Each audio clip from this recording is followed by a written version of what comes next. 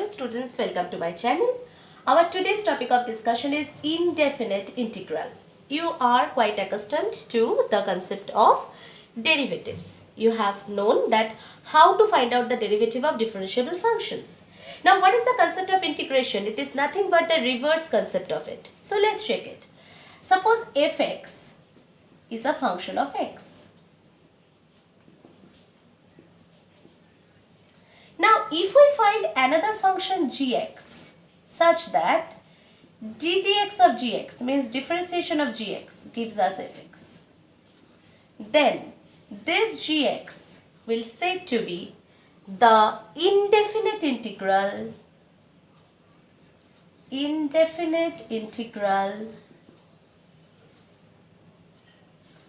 of fx with respect to x. Okay, so gx is the indefinite integral of fx with respect to x, and hence by notation it is written as integration fx dx is equals to gx, right? Now this particular thing, this is the sign of integration. This is the sign of integration. In this case, fx is the integrand and dx implies that the integration has taken place with respect to x. So this is the concept of integration, and we will call it out as integration of fx with respect to x, and hence for this particular example this is equals to gx, because derivative of gx on the other hand will give us fx. Now we will get the concept of constant of integration. Still we have known that if fx is a function of x and we can find another function of x which is gx such that d dx of gx is equals to fx, then we will call it out as integration of fx with respect to x. This gx will be called integration of fx with respect to x.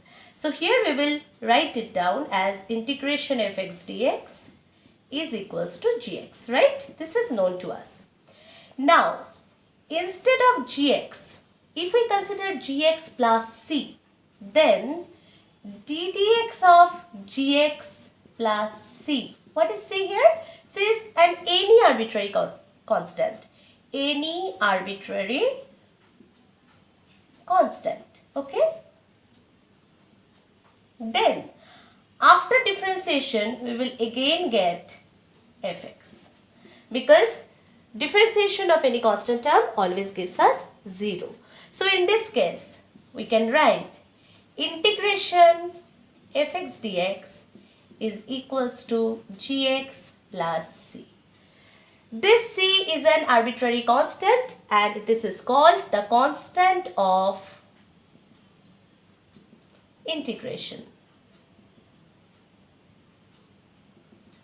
And here for different values of c, we will get different values of integral fx dx. Okay. Here gx will always be there. For some different values of c, we will get different results, different solutions of integration fx dx.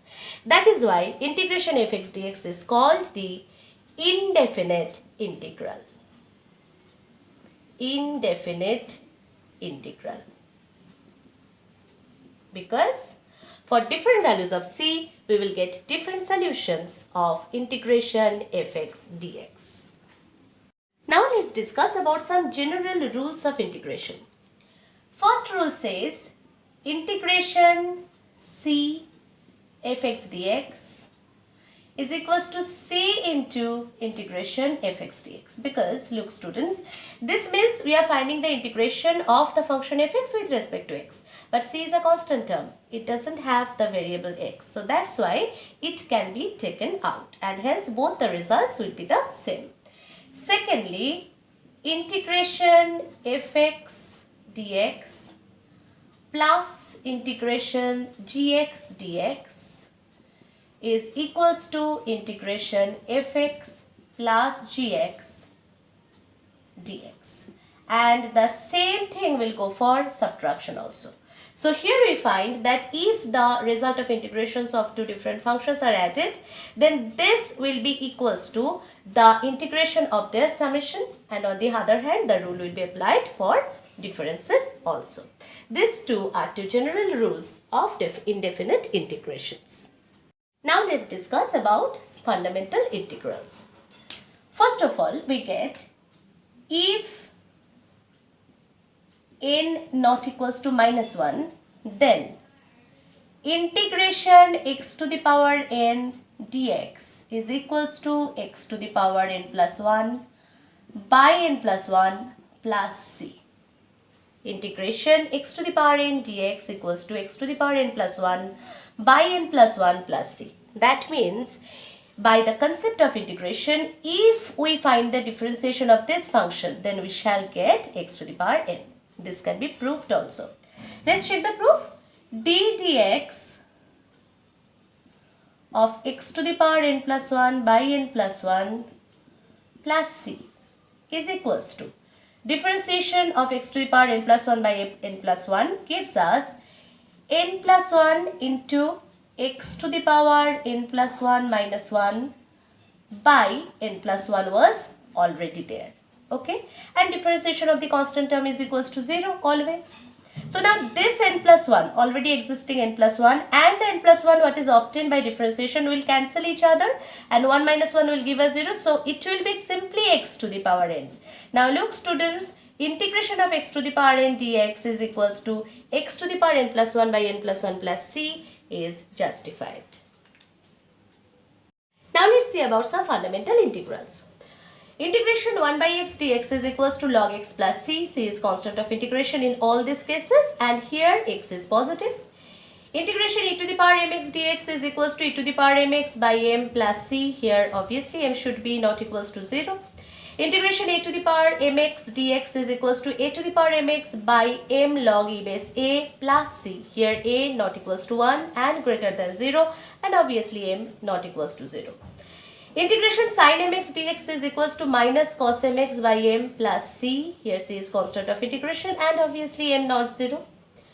Integration cos mx dx is equals to sin mx by m plus c. M is non-zero. Integration sec square mx dx is equals to tan mx by m plus c. Obviously m non-zero. Integration cosec square mx is equals to minus cot mx by m plus c, where m non-zero again. Integration sec mx tan mx dx is equals to sec mx by m plus c, where obviously m is non-zero. And finally we get integration cosec mx cot mx dx is equals to minus cosec mx by m plus c, where also we get m is non-zero. Make sure students, if you find the differentiation of all these results on this right hand side, then you are going to get the function, means the integrands. You can check it yourself. So in my next video I'll discuss about more applications of this formulae of integrals, of integrations. Till then, take care, stay safe. Thank you so much.